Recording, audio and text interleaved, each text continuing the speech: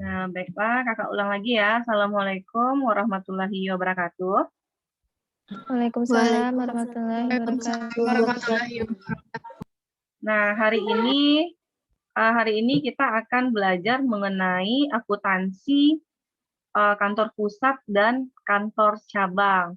Nah, hal ini dia mirip dengan yang kita bahas waktu akuntansi keuangan lanjutan 1, yaitu membahas mengenai konsolidasi ya adik-adik.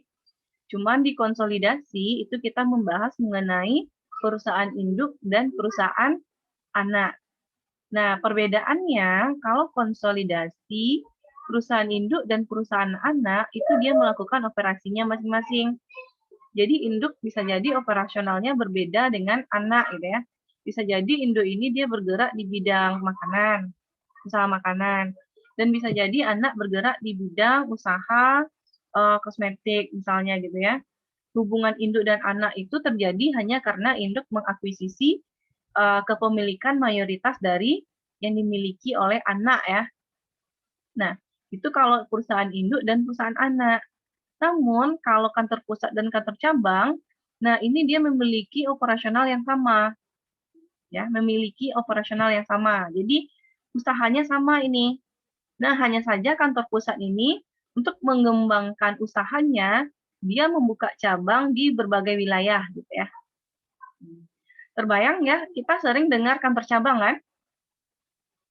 Misal seperti apa namanya ya? Seperti Tupperware. Tupperware itu pusatnya di mana adik-adik? Tahu nggak pusatnya di mana Tupperware itu?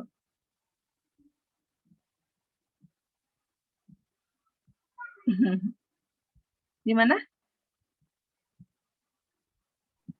Jakarta mungkin, Kak? Mungkin ya, kakak juga berpikir Mungkin. gitu. Kakak juga nggak tahu ya. Kita mungkinkan aja. Kan biasa kalau pusat itu Jakarta ya. Iya. kita nggak tahu ya pura-puranya. Tupperware itu kantor pusatnya di Jakarta. Nah, untuk mengembangkan usahanya, kan dia buka kantor cabang banyak tuh di berbagai wilayah, salah satunya di wilayah kita. Di Padang nih aja kantor cabangnya banyak nih ya. Nah, jadi sebenarnya fungsi cabang itu sendiri apa gitu ya? Jadi intinya cabang itu apa intinya? Dia hanya apa? Seperti apa? Mendistribusikan apa namanya? Barang dagang ya. Barang dagangnya hanya membantu untuk memasarkan barang dagang dari kantor pusat. Nah, di sini adik-adik kita harus bisa membedakan terlebih dahulu mana yang agen dan mana pula yang cabang. Nah, kan tadi kakak mencontohkannya kayak Tupperware ya. Tupperware itu misalnya pusatnya di Jakarta. Berarti cabangnya misalnya ada di Padang. Dari cabang itu kemudian bermunculanlah yang namanya agen. Kalau agen itu contohnya seperti ada nggak pernah orang datang ke rumah tetangga ataupun teman yang memberikan buku katalog pernah kan? Kayak apa Oriflame kan ada juga tuh dikasihnya kita buku katalog, nanti ditawarkannya dia barang, nanti kalau kita minat, nah baru dipesankannya kan? Nah itu namanya agen tuh adik-adik. Jadi agen ini dia tidak memiliki stok barang, dia hanya memiliki seperti buku katalog. Dia nggak punya stok barang. Jadi agen dia tidak melakukan tidak melakukan catatan akun ANSI, dia tidak melakukan pembukuan. Tugasnya agen ini hanya mencari pembeli saja gitu ya. Tapi kalau cabang gimana? Nah, kalau cabang, nah itu tergantung nih, apakah dia melakukan pembukuan atau tidak, itu tergantung kantor pusat, kantor cabang ini memakai sistem apa. Nah, sistemnya itu adik-adik, sistem pencatatannya itu ada dua. Ada sistem sentralisasi, ada yang namanya sistem desentralisasi. Kalau dia memakai sistem sentralisasi, berarti pembukuan hanya berpusat pada kantor pusat. Berarti kantor pusat aja yang melakukan pembukuan. Nah, sehingga si cabang ini dianggap dia sama seperti agen. Berarti dia hanya memasarkan barang saja gitu ya. Nah, tapi kalau dia memakai sistem desentralisasi, berarti cabang sudah diberikan otonomi. berarti cabang juga melakukan pembukuan sendiri karena dia dianggap sebagai unit usaha yang berdiri sendiri. Jadi nanti adik-adik yang akan kita pelajari di kantor pusat, kantor cabang ini adalah yang sistem desentralisasi ya, di mana pusat melakukan pembukuan dan cabang juga melakukan pembukuan. Nah, karena pembukuannya ada dua, maka nanti di akhir periode kantor pusat dan kantor cabang sama-sama membuat laporan keuangan ya, sehingga kita harus membuat laporan keuangan gabungan. Sama seperti konsolidasi, perusahaan induk sama perusahaan anak kan dia buat laporan keuangan ya. Nah, di akhir periode kan kita gabung, tapi namanya adalah laporan keuangan konsolidasi. Tapi kalau di kantor pusat, kantor cabang namanya adalah laporan keuangan gabungan. Sama, kita membuatnya juga, membuat laporan keuangan gabungan, kita juga pada akhirnya harus membuat jurnal eliminasi. Karena kantor pusat dan kantor cabang pasti nanti akan memiliki akun timbal balik atau akun resiprokal namanya ya. Nah, apa saja akun-akun resiprokal? Nah, kakak perkenalkan akun baru ya. Akun baru. Di sini ada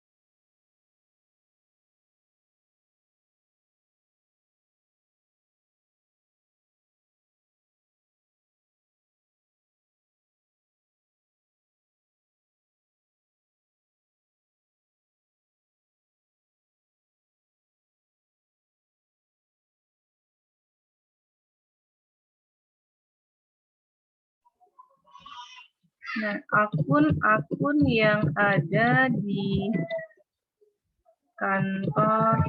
Kakak memperkenalkan akun baru ya, akun yang sebelumnya mungkin kita belum pernah dengar ya. Terus akun yang ada di kantor cabang. Jadi bentar ya adik-adik, bentar ya. Bentar ya. Bentar sekali.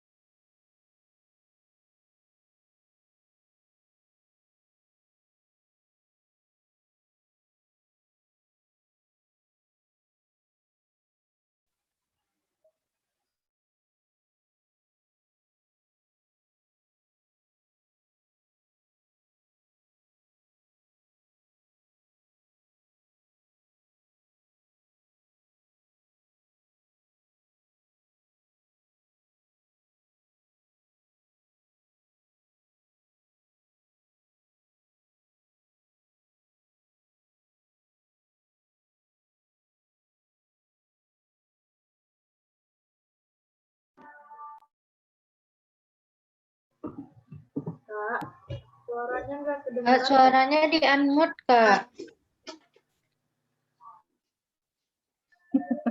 Saya ngomong sendiri. Ulang lagi ya. Nah, misalnya adik-adik, kita kan ingin buka kantor cabang nih. Kalau kita ingin buka kantor cabang, apa yang harus kita lakukan adik-adik? Sebagai kantor pusat, kita ingin buka kantor cabang, apa yang harus kita lakukan? Tentu memodali kantor cabang kan?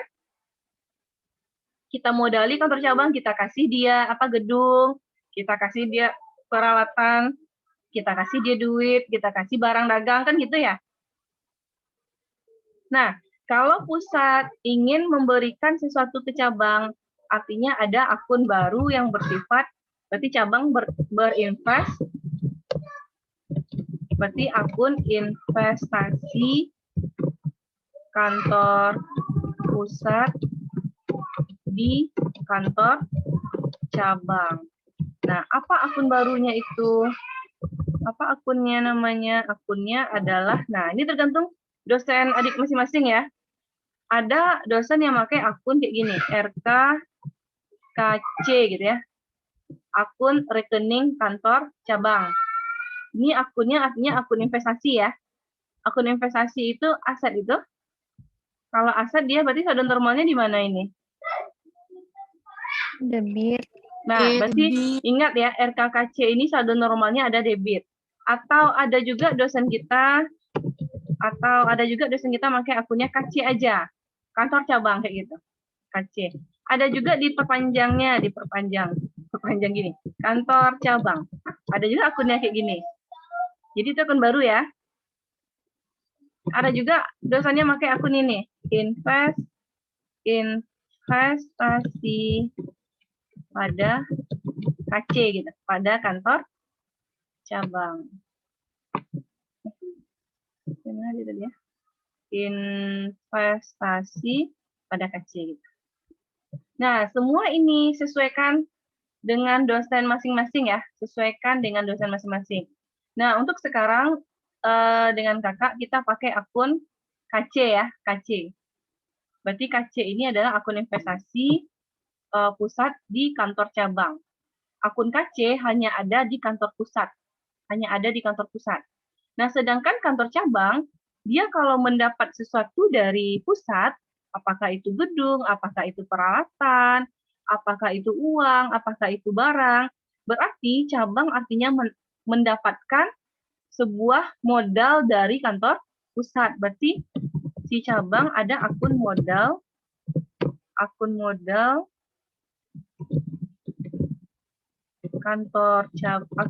kantor cabang dari kantor pusat ya. Akun modal kantor cabang itu dari kantor pusat dapatnya. Nah, apa akun modalnya? Nah, bagi cabang, akun modalnya itu ada dia pakai RK, rekening kantor pusat, ada juga yang pakai akun KP aja, atau diperpanjang kantor pusat. Nah, gitu ya. Nah, ini akun modal. Kalau akun modal berarti saldo normalnya ini di mana nanti ini? Modal itu saldo normal di mana? Kredit. Di kredit ya. Berarti ini saldo normalnya di kredit gitu ya. Ini saldo normalnya di kredit. Kalau yang di atas berarti karena dia akun investasi berarti saldo normalnya di debit.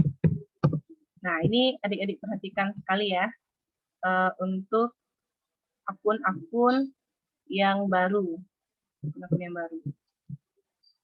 Oke. Nah, bisa ya dipahami dua itu dulu. Berarti di kantor pusat hanya ada akun KC, Sedangkan di kantor cabang itu hanya ada akun KP. Nah, akun KC tidak ada di kantor cabang ya. Dan akun KP juga nggak ada di kantor pusat. Nah, itu yang namanya akun timbal balik, akun resiprokal ya adik-adik. Akun timbal balik. KC di pusat, KP namanya di cabang. Nah, kita coba belajar menjurnal ya. Nah, ada bahan yang kakak kasih.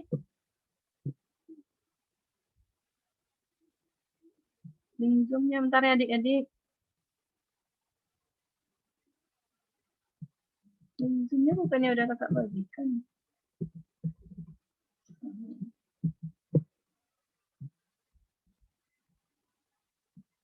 Bentar ya adik-adik.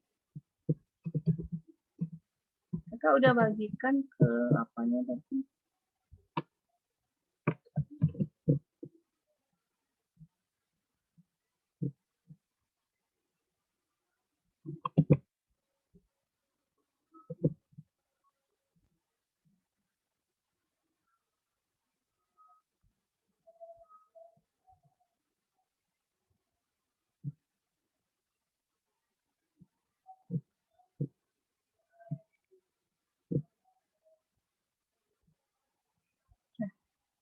Nih ya.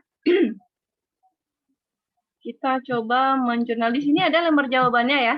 Bagi yang sudah ngeprint nanti bisa catat sini ya. Di sini. Nah, kita coba menjurnal. Contoh soalnya adalah contoh soal PT Asari. PT Asari.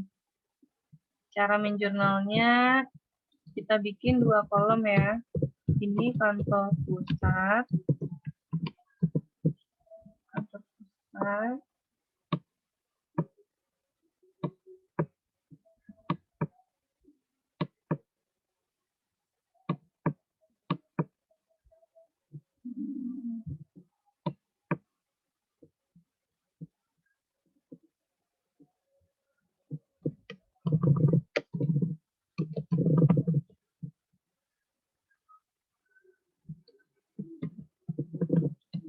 Ini kantor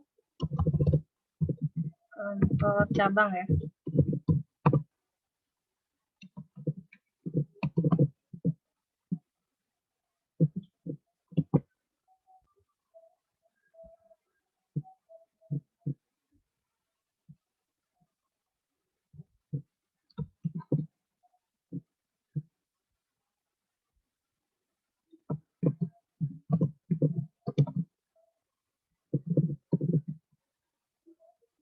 Ella ada bagus jaringannya lah. Ada, Kak. Ada ya. Ada. Oke. Ini kita coba ya. Kita coba menjurnal. Ini anggotanya udah 8. Kemudian ada Kuntum, Mama, Anissa.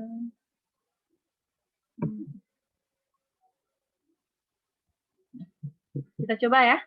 Kita coba lihat soalnya lagi. Nih. Tanggal 1 September. Oh, kakak lupa bikin apanya. Kolom tanggalnya. Kita tambah.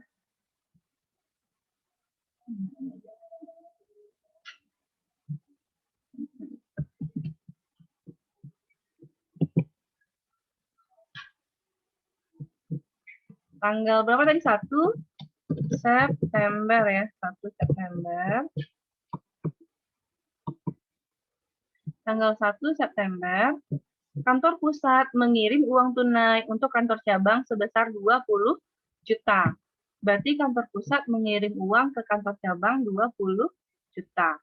Nah, berarti kalau coba kakak tanya sama Muti, kalau kantor pusat itu ngirim barang ke kantor cabang sebesar 20 juta, berarti uang kantor pusat bertambah atau berkurang jadinya?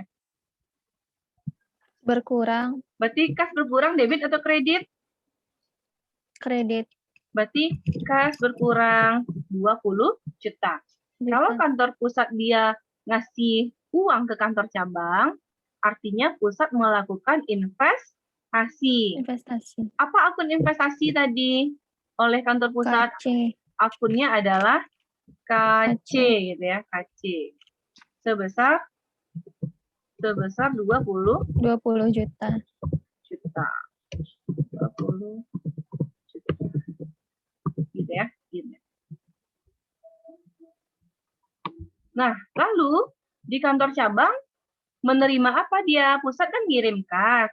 Berarti kantor cabang tentu dia mendapat kas ya. Kasnya bertambah di debit gitu. Debit. Kas bertambah di debit. Lalu, nah uang yang dikirim oleh pusat ke kantor cabang, bagi cabang itu adalah bagi dia mendapatkan modal. Modal. Ya, kan dapat modal dia artinya tuh kan. Nah, akun modal di cabang itu apa namanya? KP kayak gitu. 20 juta, 20 juta. Nah, gitu dia adik-adik. Nah, timbal balik dia, kalau KC di debit di sini, pasti KP di kredit sini. Karena dia akun timbal balik. Gitu dia. Nah, selesai satu tanggal. Lalu tanggal selanjutnya. Tanggal selanjutnya. Tanggal 5 September, kantor pusat mengirim barang dagang kepada kantor cabang sebesar 10 juta. Ngirim barang dagang lagi adik-adik, ngirim barang dagang. Tanggal 5 September. Kalau ngirim barang dagang, berarti barang dagang di kantor pusat menjadi bertambah atau berkurang? Kan dia ngirim barang. Berarti itu barang dagang di kantor pusat berkurang ya. Kalau berkurang barang dagangnya berarti kita kreditkan. Nah, akunnya adalah pengiriman, kakak singkat ya, BD ya. BD ini barang dagang ke KC. Berarti kalau pusat dia ngirim barang dagang ke cabang, berarti pusat juga melakukan investasi sebesar 10 juta. Sebesar 10 juta gitu ya. Nah, akun ini kakak pakai karena kakak menggunakan sistem pencatatan periodik ya. Sistem kan sistem pencatatan persediaan ada dua ya adik-adik. Ada yang periodik, ada yang perpetual. Kalau perpetual, berarti akun ini kita ganti menjadi akun persediaan barang dagang. Ya. Kalau dia metode sistemnya periodik, berarti akunnya ini ya. Pengiriman barang dagang ke KC. Nah, kebanyakan dosennya kakak lihat masih pakai sistem periodik. Cuman nanti kalau ada pakai sistem perpetual, nah kasih tahu kakak ya. Nah, terus kantor cabang tentu dia dapat barang. Kalau dapat barang dia nama akunnya adalah pengiriman BD dari KP. Dia dapat pengiriman barang dagang dari KP. Tentu dia dapat modal ya. Kan dapat modal artinya tuh ya. Berarti akun modalnya bertambah sebesar 10 juta. 10 juta. Gitu dia. Nah, sampai sini ada yang mau ditanyakan adik-adik? Ini kita belajar menjurnal. Jurnal biasa. Ada yang menanyakan? Ini lanjut Kak, nih. Ya. Baru masuk kan Kak, mau nanya. Yang berarti kalau untuk di KPKC ini untuk akun investasi itu berarti namanya KC. Iya, Kalau betul. untuk modal namanya KP. Kak. Iya, iya. Itu tuh tergantung dari mana dia mendapatkan dana atau gimana Kak penamaannya itu? Gimana? Kalau misalnya kantor cabang yang ngasih barangnya ke kantor pusat, berarti itu sama aja namanya investasi bagi kantor cabangnya, Kak? Oh, enggak. Jadi kantor cabang tidak akan ada dia ngasih barang ke kantor pusat. Yang ada itu kantor pusat dia ngasih barang kantor cabang. Terus bisa jadi nanti kantor pusat dia suruh ngirim kembali gitu ya. Barang yang sudah dikirim oleh kantor pusat ke cabang bisa jadi dimintanya kirim kembali. Artinya kalau dia minta kirim kembali, berarti modalnya di sini itu berkurang jadinya. Awalnya dia si pusat ngirim barang di sini. Itu modal kita bertambah jadinya kan, modal si cabang. Nah, lalu cabang disuruhnya pula kirim lagi. Atau berkurang modal si pusat ini lagi. Dia tarik kembali ya. Tidak ada yang kantor cabang tuh murni dia disuruh ngirim barang ke sini ya, nggak ada. Dah. Saya. Berarti akun KC hanya ada di sini ya. Tidak pernah akun KC itu berada di sini dia. Terus begitu juga akun KP, hanya ada di kantor cabang. Tidak pernah dia di tempatnya sendiri gitu ya. Nah, lalu tanggal berapa ya? Afi, kakak nanti minta tolong sama Afi bikin apa namanya tuh? Ruang meeting nih ya. Sepertinya ruang meetingnya terputus nanti nih. Nggak bisa kayaknya ya Marwa ya. Terputus dia nanti nih. Ada Afi ya? Ada nggak? Tapi nggak masuk ya.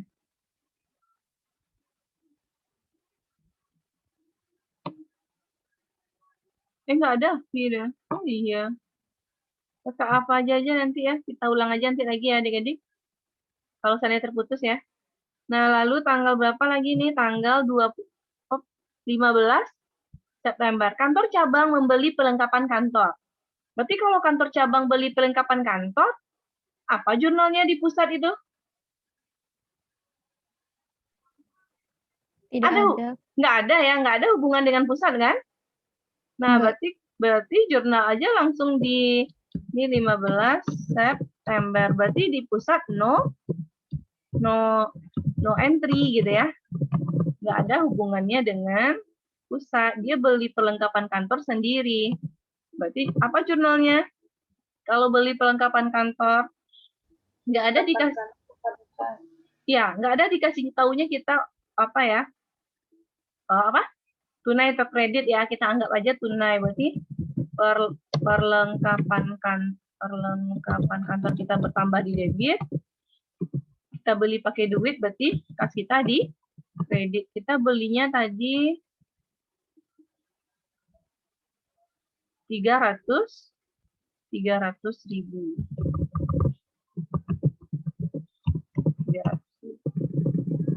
Lanjut.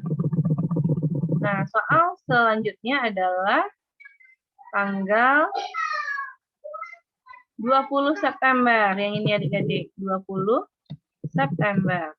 Dilakukan penjualan oleh kantor cabang. Ada yang tunai dan ada yang kredit. Berarti 20 September. Ada hubungannya dengan cabang tuh adik-adik? Dengan pusat? Nggak ada ya, karena yang menjual itu hanya cabang. Berarti kalau jual tunai jurnalnya apa? Kalau jual tunai itu dapat uang kita ya, kas kita bertambah. Kita jual tunai tadi berapa? 3 juta ya? 3 juta. Kas debit, penjualan di kredit sebesar 3 juta juga. Nah, ada juga penjualan di kredit, kita gabung jurnalnya. Kalau kita menjual secara kredit, berarti piutang kita bertambah ya. Piutang usaha atau piutang dagang sama ya. Bertambah 4 juta. Nah, sehingga penjualan kita totalnya adalah 7 juta. Nah, kalau dia sistem perpetual adik-adik, kan ini kita ganti tadi apa? Menjadi persediaan barang dagang ya. Kalau perpetual. Berarti ketika penjualan, kita tambah akunnya ini adik-adik. APP pada persediaan barang dagang. Kalau perpetual, pasti di soal ini dikasih tahunya nanti harga pokoknya, gitu ya. Nah, karena kita pakai sistem periodik, harga pokoknya nggak diketahui, maka nggak kita jual. Paham ya sistem itu ya? Nah, selanjutnya.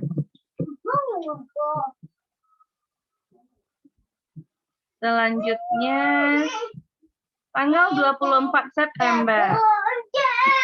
Kantor cabang menerima piutang 2 juta. Ya.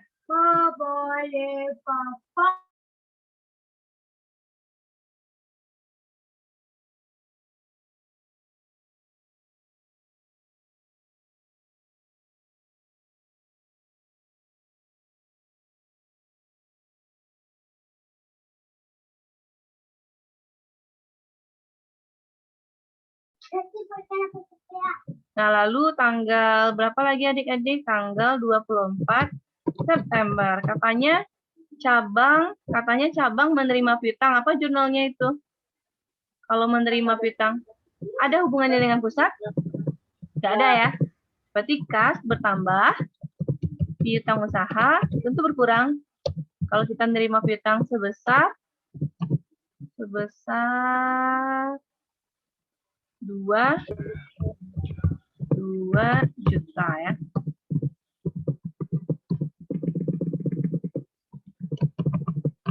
Nah, tapi kalau seandainya gini gimana adik-adik? Misalnya ada soalnya gini, pusat menerima pusat menerima piutang kantor cabang. Nah, gimana kira-kira tuh? Berhubungan kantor pusat dengan kantor cabang berarti? Nah, pusat menerima piutangnya pelanggan kantor cabang. Berarti di pusat nanti apa jurnalnya? Dapat apa dia? Pusat menerima piutang kantor cabang. Berarti pusat dapat apa dia? Itu dapat uang ya? Dapat uang dia. Sedangkan si kantor cabang dapat apa dia? Itu piutangnya berkurang. Karena piutangnya udah dibayar. Nah, apa yang dikredit di sini? Uang ini kan harusnya uang cabang ya. Diambilnya sama pusat. Berarti investasi pusat berkurang kayak gitu. Berarti modal si pusat berkurang kayak gitu. Gini jurnalnya. Kalau pusat menerima piutangnya pelanggan si cabang kayak gitu. Gitu ya. Baru dia berhubungan. Karena kita soalnya nggak ada, ini kakak hapus ya. Tanggal berapa lagi? 27 September. Dibayar biaya. Ada yang punya soal? Nanti bacain sama kakak. Ya. Ada yang punya soal? Nanti bacain ke kakak ya. Si cabang dia mau bayar biaya. Berarti nggak ada hubungannya dengan si pusat. Biaya apa aja tadi? Beban penjualan. Beban promosi.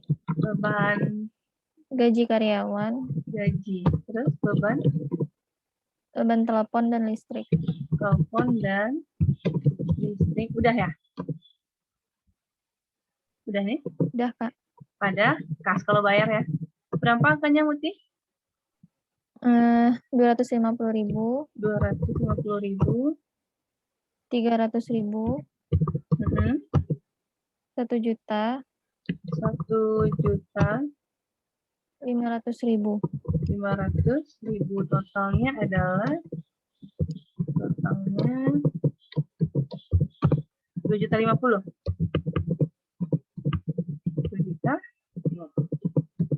Nah, tanggal berapa lagi adik-adik?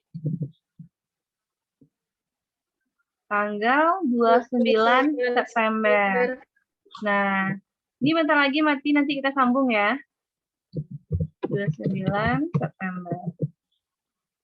Untuk tanggal 29 September, itu transaksinya adalah biaya-biaya operasi yang dibebankan oleh kantor pusat adalah sebagai berikut. Ini kantor pusat ke kantor cabang ya, maksudnya. Ke kantor cabang. Ada biaya angkut, ada biaya asuransi, ada biaya bank.